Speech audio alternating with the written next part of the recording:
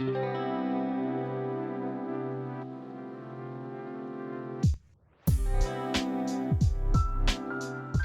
I'm a PhD graduate from Disability Studies Division in the Department of Health and Rehab Sciences in the Health Faculty.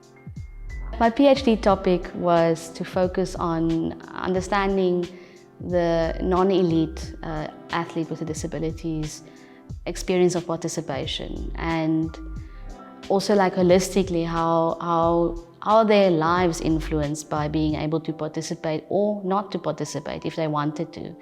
So I focused in on finding this group of people that feel that sport is important. They've already realized this in their own lives, that they value sport. And I asked them, so tell me your story of how sport influenced your life so far. I identify as a person without a disability, so me as the mainstream public, our understanding, our knowledge of sport and disabilities, what we read in the mainstream media. But I wanted to know, what was the average person's experience like to participate? How did they navigate the regularities of going to the gym, going to the track, going for a walk? For this PhD, Dr. Brian Watermeyer was my main supervisor, and then Professor Leslie Swartz was my co-supervisor, and yeah, they were very instrumental in helping me complete this. I admire enormously Dominique's deeply felt commitment to understanding and addressing disability inequality. And that was evident from the beginning, and maybe that's part of how we identify with one another, because, as someone myself who's been involved in disability studies, for 25 years or a bit more, and someone who myself lives with disability as well, these are things which we feel very deeply. And Dominique's commitment to that was absolutely evident. It remains evident, and it's not just in what she says, but it's also in how she lives her life. We are the first university to offer, in Africa, to offer disability studies that focuses on the fact that it's not the impairment that disables a person, it's the environment and societal attitudes, and that our policies they exclude disabled people, or then disabled people aren't counted for. And also a lot of emphasis is usually put on physical disability because it's visible. So the program is getting people to see any impairment that a person has, any loss of function that a person has, whether it's physical, mental, psychosocial, intellectual disability, hearing and communication. Usually the invisible impairments are the ones that people miss.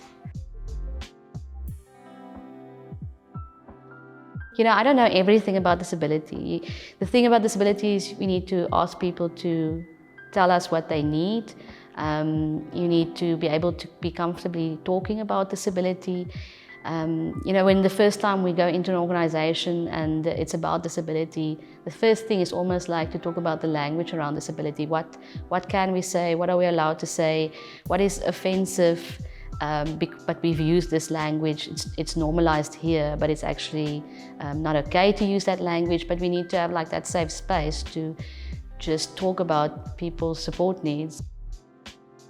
So my relationship with Dominique, as I said, it started in 2017, where she was one of the lecturers for the Monitoring Disability in Society subject.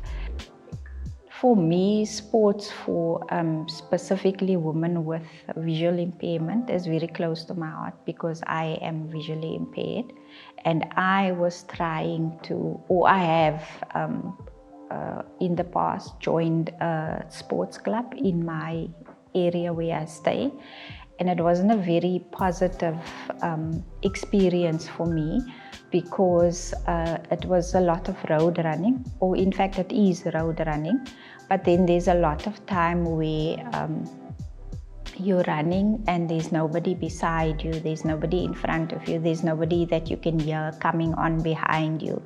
And if you're not familiar with the area that you are running in, you're lost. And that happened to me. That sort of hit hard because despite my efforts to want to improve my health and my fitness level, there were sort of societal barriers that kept me from doing that. In the beginning, I didn't obviously think it influenced my journey, my research, my PhD journey.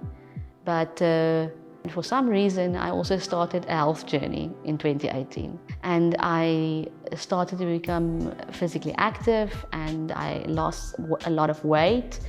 That was unexpected, part of the PhD journey. And within this journey of like experiencing what it feels like to be physically active, what it feels like to feel healthier, to feel more fit, I think I relate in the stories I listen to from my participants, that joy and happiness that you get from being able to be physically fit. I didn't expect to sort of have these similar experiences. Because we all carry a range of assumptions and prejudices and also anxieties to do with difference when it comes to issues of disability. And we, as in the case of race, we need to sort of dig deep within ourselves and interrogate our cultures and how we live, what our beliefs and practices are and how those can be exclusionary, and how to begin to think more holistically and critically about creating a caring society which welcomes everyone.